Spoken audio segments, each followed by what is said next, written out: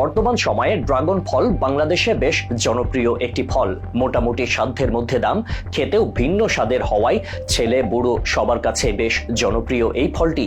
দেশীয়ভাবে উৎপাদন বাড়ার কারণে দামও কমে এসেছে এক সময়ের দামি এই ফলটির। কিন্তু হঠাৎ করেই গুঞ্জন তৈরি হয়েছে ফলটিকে ঘিরে। এই ফলে নাকি ব্যবহৃত হচ্ছে এক ধরনের মেডিসিন বা টনিক, যা থেকে এমনকি হতে পারে ক্যান্সারও। বিষয়টি কতটা সত্যি? টনিক জিনিসটাই বা কি? ড্রাগন খেতে ভয় আছে কি কোনো? প্রশ্নগুলোর উত্তর নিয়েই আমাদের আজকের আয়োজন। টনিক হচ্ছে এক ধরনের হরমোন। এটি গাছে ব্যবহার করলে তার বৃদ্ধি বেশি ও দ্রুত হয়। গাছ ও ফলের বৃদ্ধি ত্বরান্বিত করতে বিভিন্ন ধরনের হরমোন রয়েছে। এই হরমোন বাইরে থেকে আসে, কারণ এটি সরকারিভাবে অনুমোদিত নয়।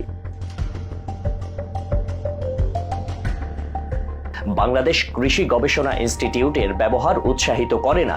এই টনিক ব্যবহার করলে প্রথমে 1-2 বছর ভালো ফলন পাওয়া গেলেও পরে ফলন কমে যায়। গাছ দুর্বল হয়ে পড়ায় সার ও খাবার বেশি দিতে হয়।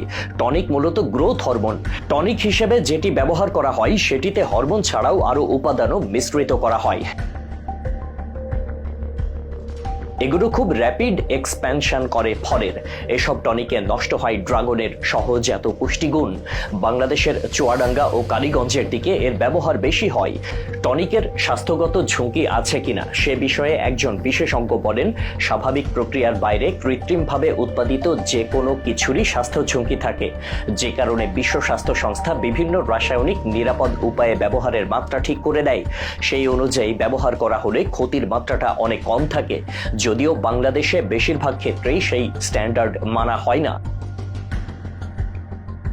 বেশি পরিমাণ হরমোন বা রাসায়নিক ব্যবহার করা হলে তা স্বাস্থ্যের জন্য হুমকি স্বরূপ।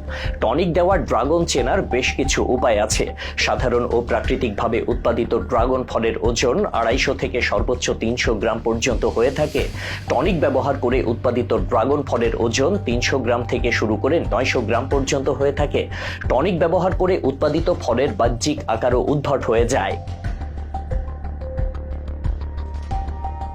ড্রাগন ফলের রং সাধারণত পার্পেল বা লাল হওয়ার কথা। টনিক ব্যবহার করলে পুরো ফলটি আর এক রঙা থাকে না। পার্পেল বা লাল রঙের সাথে সবুজ রঙের মিশ্রণ থাকে।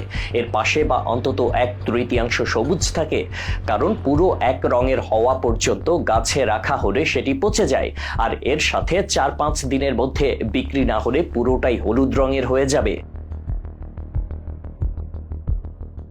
টনিক ব্যবহার করে উৎপাদিত ড্রাগন ফল হবে পানসে, মিষ্টি একেবারেই হবে না। এছাড়া স্বাদেও বেশ প্রাকৃতিক ফলের চেয়ে ভিন্ন হবে। আর টনিকের সাহায্যে উৎপাদিত ড্রাগনের চামড়া বেশ পুরু বা ভারী থাকে।